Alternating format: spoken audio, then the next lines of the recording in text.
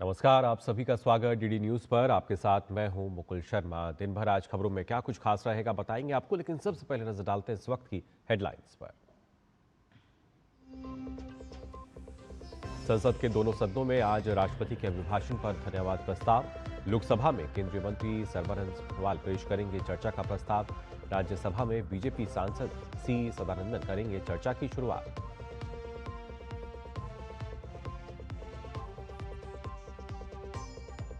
राष्ट्रपति द्रौपदी मुर्मू आज से ओडिशा की 5 दिन की यात्रा पर।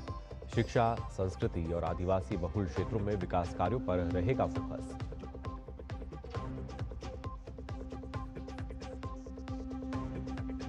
चुनाव आयोग ने ममता बनर्जी को दिया मिलने का समय।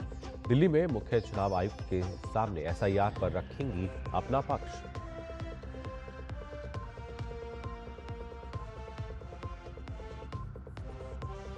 अमेरिकी राष्ट्रपति ट्रंप को ईरान से सकारात्मक बातचीत की उम्मीद, लेकिन तेहरान के तीखे तेवर। कहा, अगर अमेरिका हमला करता है तो हो सकता है क्षेत्रीय संघर्ष।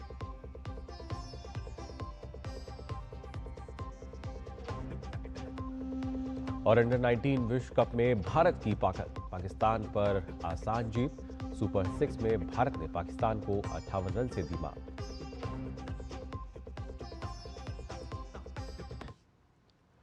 और आइए बुलेटिन में सबसे पहले बात करते हैं संसद के बजट सत्र की।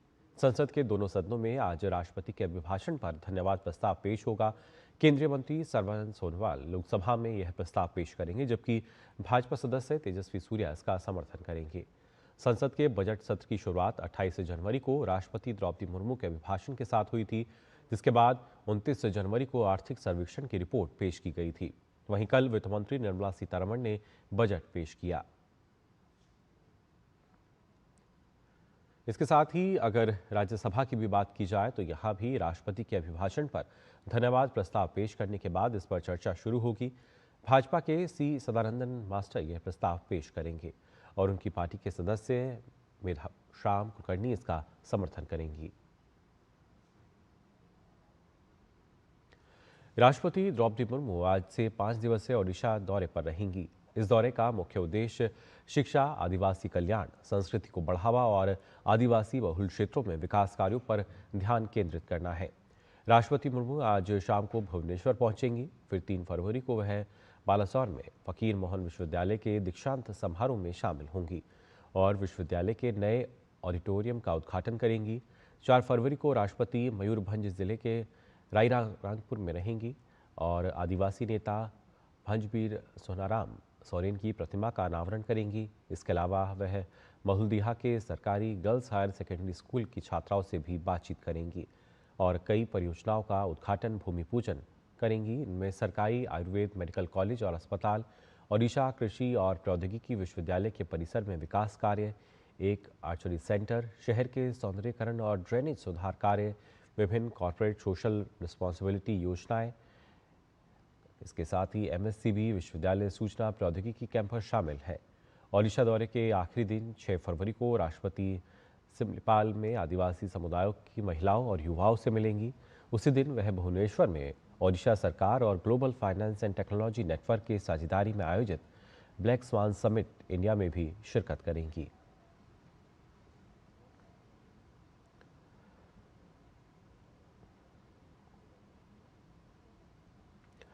पश्चिम बंगाल में एसआईआर को खासतौर से इसकी चल रही रस्साकशी के बीच चुनाव आयोग ने मुख्यमंत्री ममता बनर्जी को आयोग के सामने अपना पक्ष रखने का समय दिया है।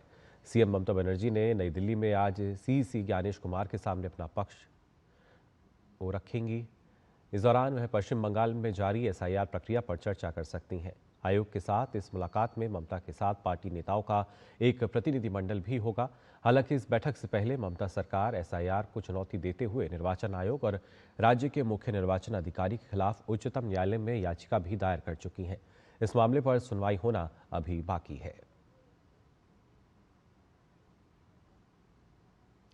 और बात करते हैं जम्मू कश्मीर की, जहां विधानसभा का बजट सत्र आज सुबह उपराज्यपाल मनोज सिन्हा के अभिभाषण के साथ शुरू होगा। सत्र की शुरुआत के बाद विधानसभा अध्यक्ष अब्दुल रहीम राठर उपराज्यपाल के अभिभाषण की प्रति सदन के पटल पर रखेंगे। मुख्यमंत्री उमर अब्दुल्ला के नेतृत्व वाली सरकार का ये दूसरा बजट सत्र है, जिसमें वे 6 फरवरी 2026 को आगामी वित्त वर्ष का बजट पेश करेंगे। रमजान और ईद के चलते इस सत्र में 20 फरवरी से 26 मार्च तक 35 दिनों का लंबा अवकाश रहेगा। यह सत्र 4 अप्रैल को समाप्त होगा और इसमें कुल 22 बैठकें प्रस्तावित हैं। वहीं बिहार विधानमंडल का बजट सत्र आज से राज्यपाल के अभिभाषण के साथ शुरू होगा। यह सत्र 27 फरवरी तक चलेगा। राज्यपाल के अभिभाषण के बाद सरकार की ओर से आर्थिक सर्वेक्षण पेश किया जाएगा। अगले दिन राज्यपाल के अभिभाषण पर चर्चा होगी। वित्त मंत्री विजेंद्र प्रसाद यादव कल सदन में वित्तीय वर्ष 2026-27 का बजट पेश करेंगे। विधानसभा चुनाव 2025 के बाद नीतीश कुमार के नेतृत्व में बनी नई सरकार का ये पहला पूर्ण बजट होगा। बजट में बुनियादी ढांचे के विकास, शिक्षा और स्वास्थ्य सेवाओं में सुधार, रोजगार सृजन और ग्रामीण अर्थव्यवस्था को मजबूत करने पर खास ध्यान दिए जाने की उम्मीद है।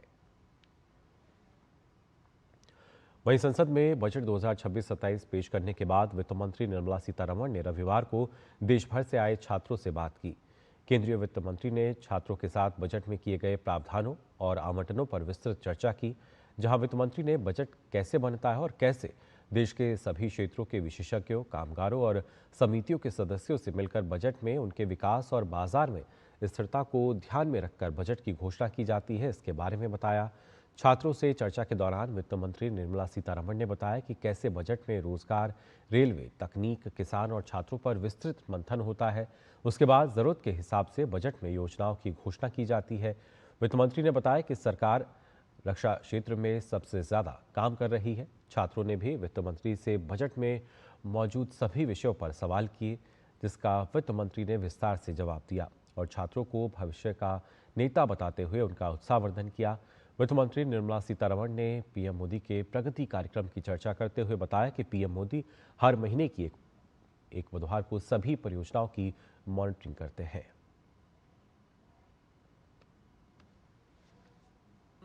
More than the departments, I think the PM himself does this and monthly Pragati. Pragati is an online way in which he speaks with the district collectors and asks them, are government schemes, particularly the central government schemes, getting implemented? Where is the gap? Why are you not able to do? Is there something I can do from Delhi for you? If there's a problem, like in this case, internet is a problem, I need to find out where is that problem and sort it out. Like that, every month, he sits to find out from the district collectors chosen from different districts to say hospital nahi hai, kyun nahi hai, iska kya karna hai, idhar se officer bhejo, usko suljao or start karo wo kaam. So closely monitoring is one way in which the last mile connectivity or last mile execution of projects can happen. Monitoring chahiye. And then he also then sends back, for instance, 30 years ago, somebody who went into the IAS and was posted as a deputy secretary or a district, whatever, assistant collector. Now he would have become a Government of India secretary. PM says, go to that district in which you were assistant collector and tell me what is the development happening there. If it is remaining the same way like you were when you were, I need to do so much more. So monitoring till the last mile with the officials who understand that area is the one which is bringing the difference.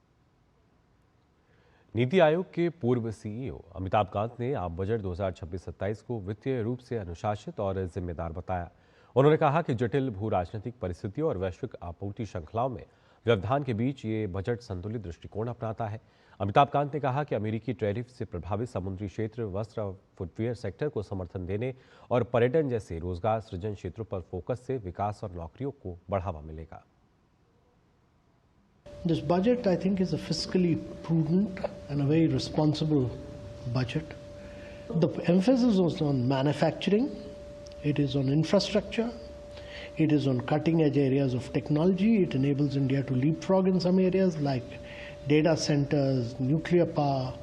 The budget also focuses a lot on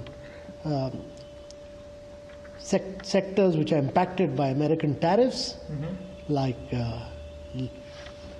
marine sector, like textiles, labor, and footwear. She also lays emphasis on job-creating sectors like tourism, which will provide a huge impetus to growth with jobs. So I think overall, this is a very responsible and a very fiscally prudent budget. केंद्रीय वित्त मंत्री निर्मला सीतारमण द्वारा पेश किए गए budget का CII ने स्वागत किया है। इसी को लेकर सीआईआई के अध्यक्ष राजीव मेवानी से बातचीत की हमारे संवाददाता दिवांशु मल्होत्रा ने। केंद्रीय वित्त मंत्री निर्मला सीतारमण ने अपना बजट पेश किया है। हमारे साथ राजीव मेवानी जी हैं, सीआईआई के प्रेसिडेंट हैं। सर, पहला रिएक्शन आपका क्या है? नहीं, पहला रिएक्शन बहुत पॉजिटिव है। जो भी इंडस्ट्री के लिए जो इंडस्ट्री देखना चाहती है कि सबसे पहले कि मैक्रो इकोनॉमिक जो गवर्नमेंट का हरदम डिसिप्लिन रहा है वो मेंटेन हुआ है। सेकेंडली, रिफॉर्म्स का जो एजेंडा था उसको कंटिन्यू कर रहे हैं। थर्डली, मैन्युफैक्चरिंग पे बहुत फोकस है। मैन्युफैक्चरिंग की कई एरियाज उन्होंने खासकर आइडेंटिफाई किए उनकी ग्रोथ के लिए। इंफ्रास्ट्रक्चर और पब्लिक कैपेक्स 1 लाख करोड़ से बढ़ाया है, उसका हरदम मल्टीप्लायर इम्पैक्ट होता है। एमएसएमईज़ को जो सपोर्ट चाहिए था वो बहुत अच्छा सपोर्ट है। एक एक्विटी सपोर्ट के लिए एक फंड का भी क्रिएशन है, वो भी बड़ा अच्छा है। ट्रेड्स के थ्रू जो क्रेडिट का सपोर्ट है वो भी बहुत अच्छा है। और टैक्स में कोई दरें ज़्यादा कोई बढ़ाई नहीं है। कई एरियाज़ ऑफ सिंप्लीफिकेशन है वो काफ़ी अच्छी तरीके से किया है। कस्टम्स ड्यूटी रैशनलाइजेशन काफ़ी अच्छी तरीके से किया है। और सेक्टर्स में मैं मानता हूँ सेमीकंडक्टर्स बट खासकर इलेक्ट्रॉनिक्स मैन्युफैक्चरिंग के लिए कई तरीके से बहुत सपोर्ट किया है, बहुत टैक्स में भी और जो आउटले है उसके। एक्सपोर्ट्स पर भी खास ध्यान रखा गया है कि बढ़े। कंपेटिटिवनेस, एक्सपोर्ट से कंपेटिटिवनेस बढ़ाने के लिए काफ़ी फोकस है। कैमरामैन राहुल के साथ दिवांशु मल्होत्रा, दूरदर्शन समाचार, दिल्ली। वहीं भारतीय जनता युवा मोर्चा के राष्ट्रीय अध्यक्ष और बेंगलुरु दक्षिण से सांसद तेजस्वी सूर्या ने बजट को युवाओं के लिए समर्पित बताया। बजट को लेकर हमारे वरिष्ठ सहयोगी राजेश राज ने तेजस्वी सूर्या से संसद भवन परिसर में खास बातचीत की।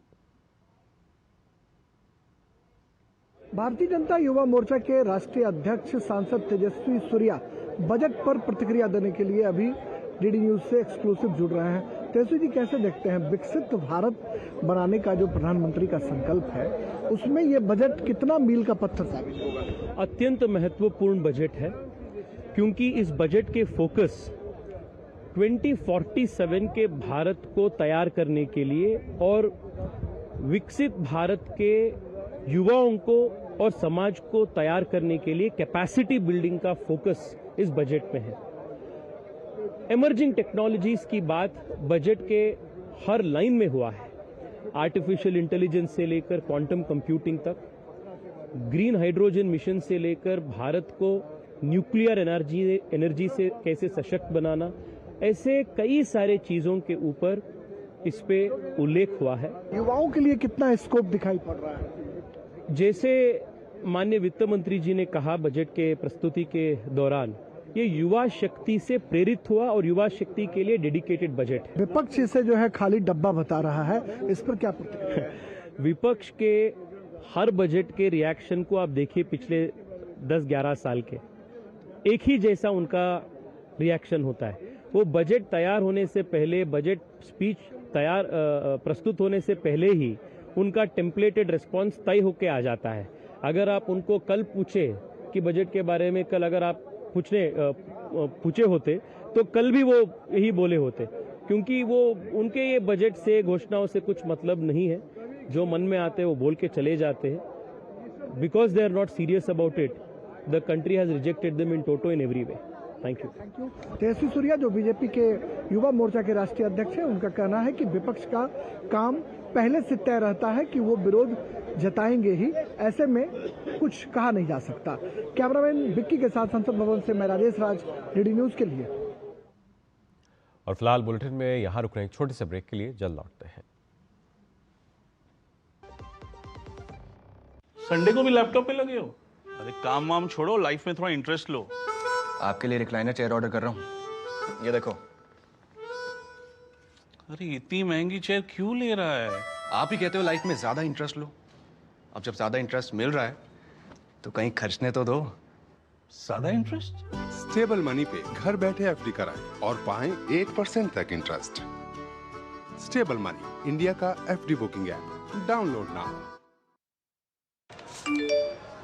कम समय में ज्यादा मुनाफा, बस एक क्लिक में। कमाल है। भरोसा। अनजान लिंक्स पर क्लिक मत कीजिए। RBI कहता है जानकार बनिए, सतर्क रहिए। विभाग अनेक, कंप्लेंट बॉक्स 1। किसी भी सरकारी दफ्तर, विभाग या बैंक से जुड़ी शिकायत के लिए pgportal.gov.in पर जाएं, रजिस्टर करें, संबंधित विभाग चुनें, शिकायत दर्ज करें और ट्रैकिंग ID नोट करें। SMS या ईमेल पर एक्नॉलेजमेंट पाएं और शिकायत का जवाब सीधे मंत्रालय से प्राप्त करें।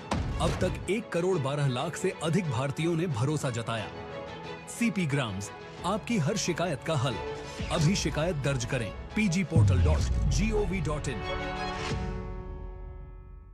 LIC युवा प्रोफेशनल्स के लिए लाए हैं नवजीवन श्री। करें नियमित प्रीमियम का भुगतान, जीवन बीमा का आनंद लें, प्राप्त करें प्रीमियम के प्रतिशत पर गारंटीकृत एडिशंस। अपने वित्तीय लक्ष्यों के अनुरूप मैच्योरिटी पर गारंटीकृत धनराशि पाएं। मौजूदा पॉलिसी धारकों के लिए आकर्षक अतिरिक्त लाभ। आज ही खरीदें। ब्रेक के बाद आप सभी का एक बार फिर स्वागत DD न्यूज पर। आइए खबरों में आगे बढ़ते हैं, बात करते हैं प्रगति पहल को लेकर। प्रधानमंत्री नरेंद्र मोदी ने सत्ता में आने के बाद लंबित परियोजनाओं के काम में तेजी लाने और उन्हें जल्द से जल्द पूरा करने के लिए प्रगति नाम से एक पहल की शुरुआत की। इसका मकसद था प्रोजेक्ट्स में देरी की वजहों का पता लगाकर उसका समाधान निकालना। इस पहल की 50 बैठकें हो चुकी हैं और 85 लाख करोड़ की 3,300 से ज्यादा परियोजनाओं को जल्द पूरा किया गया है। प्रगति की ये पहल कैसे कमाल कर रही है, इसी पर लगातार हम एक सीरीज चला रहे हैं जिसका नाम है प्रगति एट 50, विकास को गति।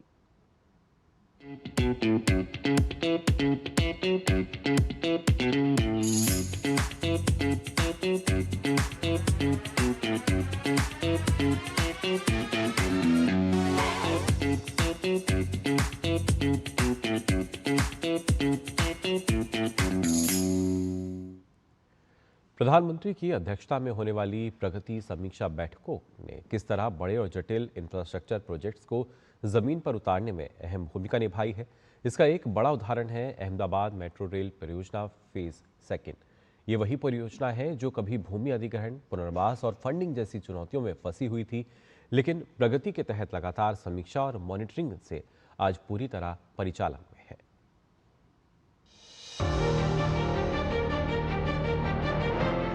Ahmedabad metro rail project phase 1 कुल 40.03 किलोमीटर लंबा नेटवर्क है जो शहर के पूर्व पश्चिम और दक्षिणी हिस्सों को जोड़ता है।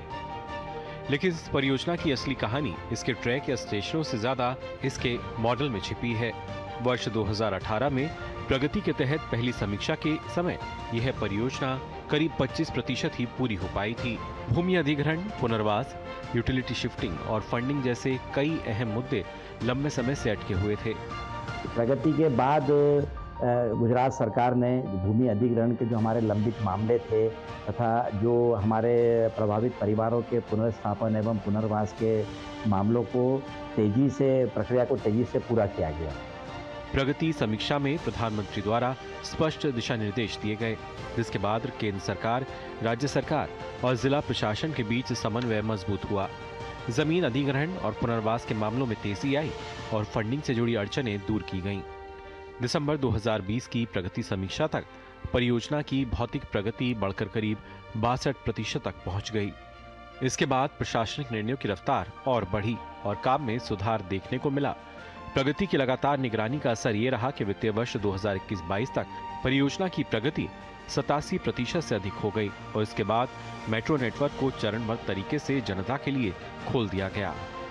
बेहतर अंतर एजेंसी समन्वय का सकारात्मक प्रभाव ये हुआ कि हमें जो भी काम में अड़चनें या दिक्कतें आ रही थी वो बाधाएं दूर हुई तथा हमारी जो भौतिक जो प्रगति थी परियोजना की उसमें उल्लेखनीय वृद्धि हुई।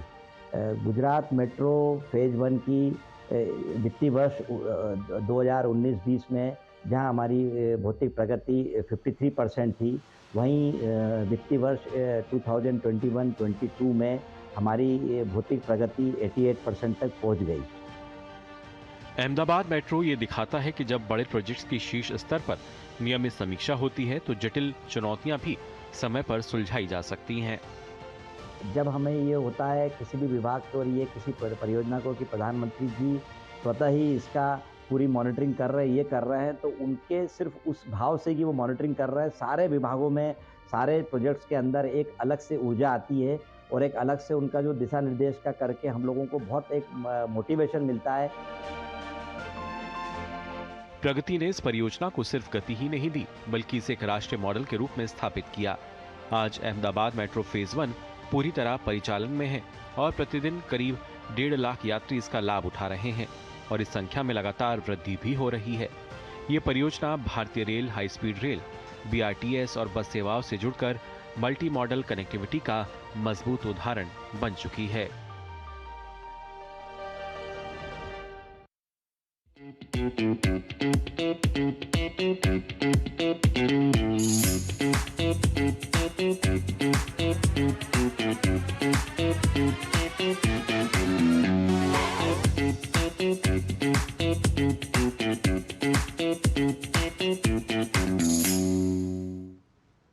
तो जाना आपने प्रगति पहल के जरिए किस तरीके से विकास को गति मिल रही है। अब आइए खबरों में आगे बढ़ते हैं, बात कर लेते हैं मौसम की। दरअसल भारतीय मौसम विज्ञान विभाग ने दिल्ली, हरियाणा और पंजाब समेत पूरे उत्तर भारत में घने कोहरे को लेकर सावधान किया है। राजधानी दिल्ली और NCR में आज सुबह विजिबिलिटी कम रही। मौसम विभाग के अनुसार ओडिशा और पश्चिम बंगाल समेत कई राज्यों में अगले कुछ दिनों तक कोहरे की घनी चादर छाई रहेगी। मैदानी इलाकों में कोहरे के बीच हिमाचल प्रदेश के मनाली और लाहौल स्पीति में ताज़ा बर्फबारी दर्ज की गई है। पश्चिमी विक्षोभ के सक्रिय होने से जम्मू कश्मीर और लद्दाख में भारी बर्फबारी की संभावना जताई गई है। इसके साथ ही विभाग ने पश्चिमी उत्तर प्रदेश और पूर्वी राजस्थान में गरज के साथ बारिश का अलर्ट जारी किया है।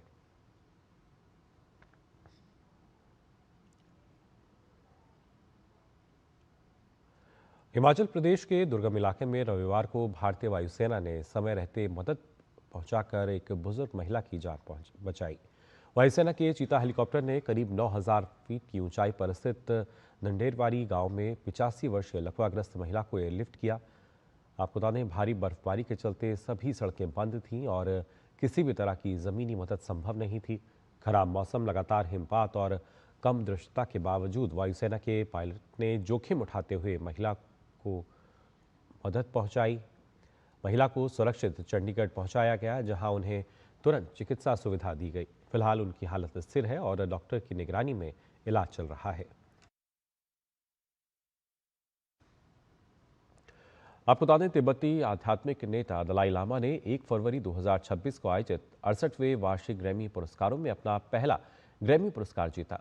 उन्होंने सर्वश्रेष्ठ ऑडियो बुक, नैरेटिव और स्टोरी टेलिंग रिकॉर्डिंग श्रेणी में अपने spoken word album meditation the reflection of his holiness the Dalai Lama के लिए प्रतिष्ठित पुरस्कार अपने नाम किया। उन्होंने ये पुरस्कार ट्रेवर नोआ, केटनजी ब्राउन जैक्सन सहित अन्य हस्तियों को पछाड़कर जीता है। इस एल्बम में करुणा और शांति का संदेश है और इसमें दिग्गज सरूद वादक अमजद अली खान और उनके बेटे अमान अली बंगश और अयान अली बंगश द्वारा रचित संगीत शामिल है।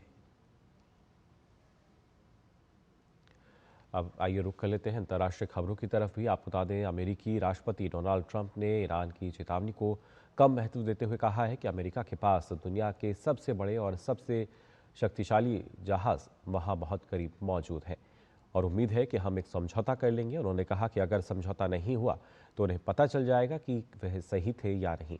वहीं इस तनाव के बीच पेंटागन में अमेरिका और इजराइल के शीर्ष सैन्य अधिकारियों ने एक बंद कमरे में बैठक की, जिस दौरान ईरान सुरक्षा और सैन्य तैयारियों पर चर्चा की गई। ईरान के सुप्रीम लीडर अली खामेनी ने चेतावनी दी कि अगर अमेरिका उस पर हमला करता है तो ये एक क्षेत्रीय युद्ध होगा। खामेनी ने कहा कि अमेरिका ईरान के तेल पर कब्जा करना चाहता है। खामेनी ने कहा कि अमेरिका 30 साल से ज़्यादा समय से ईरान में मौजूद था और उसकी पॉलिटिक्स, तेल इत्यादि को नियंत्रित करता था, लेकिन अब ईरान इसे रोकेगा। उन्होंने ये भी कहा कि ईरान मजबूती के साथ खड़ा हुआ है और मजबूती से खड़ा रहेगा और साथ ही यूनाइटेड स्टेट्स की शरारत और परेशानियों को खत्म कर देगा।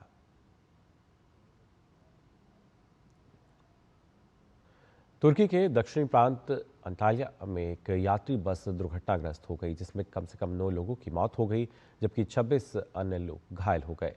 तुर्की समाचार एजेंसी IHA के अनुसार यह टेकिरदाग से अंटालिया जा रही थी। दुर्घटना के बाद आपातकालीन टीमें मौके पर पहुंची और घायलों को अस्पताल पहुंचाया गया।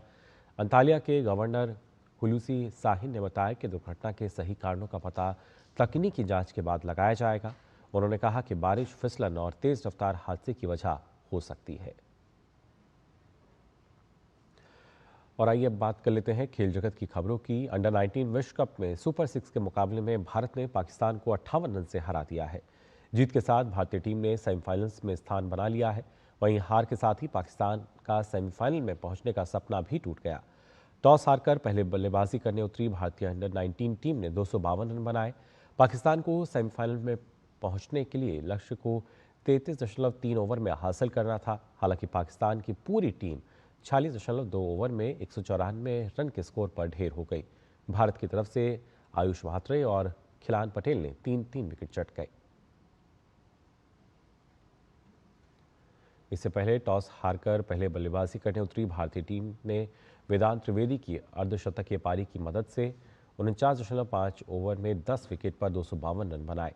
वेदांत त्रिवेदी ने 68 रन की शानदार पारी खेलकर भारतीय टीम को मुश्किलों से बाहर निकाला। कनिष्क चौहान ने 36 और अम्बरीश ने 29 रन की पारी खेली। वैभव सूर्यवंशी ने 30 रन का योगदान दिया। और वहीं स्पेन के 22 साल के कार्लोस अल्कराज ने ऑस्ट्रेलियन ओपन के पुरुष एकल का खिताब जीत लिया है।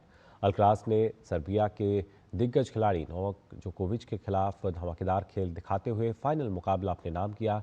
24 ग्रैंड स्लैम खिताब जीत चुके जोकोविच ने फाइनल में जोरदार टक्कर दी, लेकिन उनको हार का सामना करना पड़ा।